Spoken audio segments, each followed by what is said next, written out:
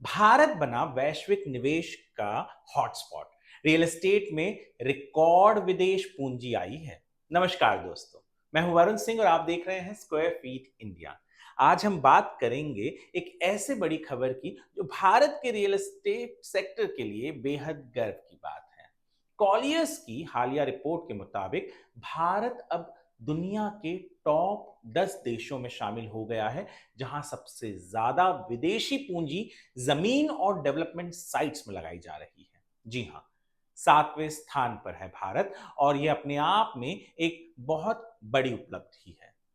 वर्ष 2025 की पहली तिमाही में भारत के रियल एस्टेट सेक्टर में 1.3 अरब डॉलर यानी करीब 11,000 करोड़ रुपए का निवेश हुआ है। इसमें से 40% निवेश विदेशी स्रोतों से आया है। यह दिखाता है कि दुनिया का भारत पर जो भरोसा है वो बढ़ता जा रहा है।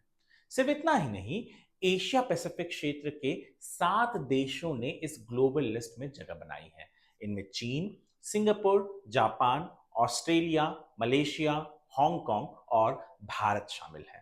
अब सवाल उठता है कि भारत में इतनी तेजी से विदेशी निवेश क्यों बढ़ रहा है। इसके पीछे जो कारण है उनमें से जो सबसे इंपॉर्टेंट कारण है वो है कि मजबूत आर्थिक और बुनियादी ढांचा देश का है।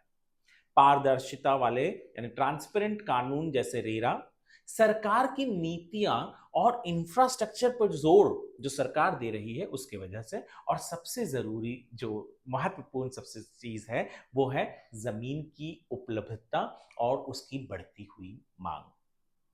अब निवेश कहाँ हो रहा है? सिर्फ ऑफिस बिल्डिंग में नहीं। आमतौर पर देखा जाता था कि जो विदेशी फंड है यानी एफडीआई ये आता था तो ऑफिस और कमर्शियल फंड में जाता था, पर इस बार आपको समझ आएगा कि ये केवल ऑफिस में नहीं, वहां तो हो ही रहा है। उसके अलावा रिहायशी projects, data centres, life science hubs और सबसे महत्वपूर्ण वेयर हाउसिंग, क्योंकि लॉजिस्टिक इंडस्ट्री भी बहुत तेजी से बढ़ रहा है। इसके अलावा आरबीआई ने रेपो रेट घटाकर 5.5% कर दी है, जो पिछले 3 वर्षों की सबसे कम दर है।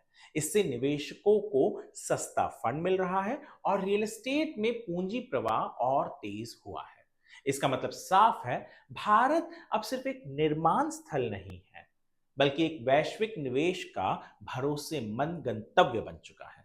तो क्या आप मतलब एक भारतीय तैयार है इस उछाल के लिए? क्या हमारा रियल एस्टेट सेक्टर तैयार है इस उछाल को सहने के लिए? अभी तक जो हम देख रहे हैं उसके हिसाब से तो लग रहा है कि रियल एस्टेट सेक्टर ने तैयारी तो कर रखी है और वो तैयारी अच्छी भी नजर आ रही है।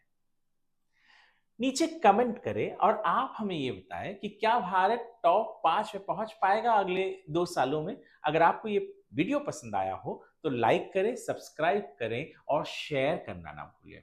मिलते हैं अगले वीडियो में, तब तक के लिए स्क्वायर फीट इंडिया देखते रहिए।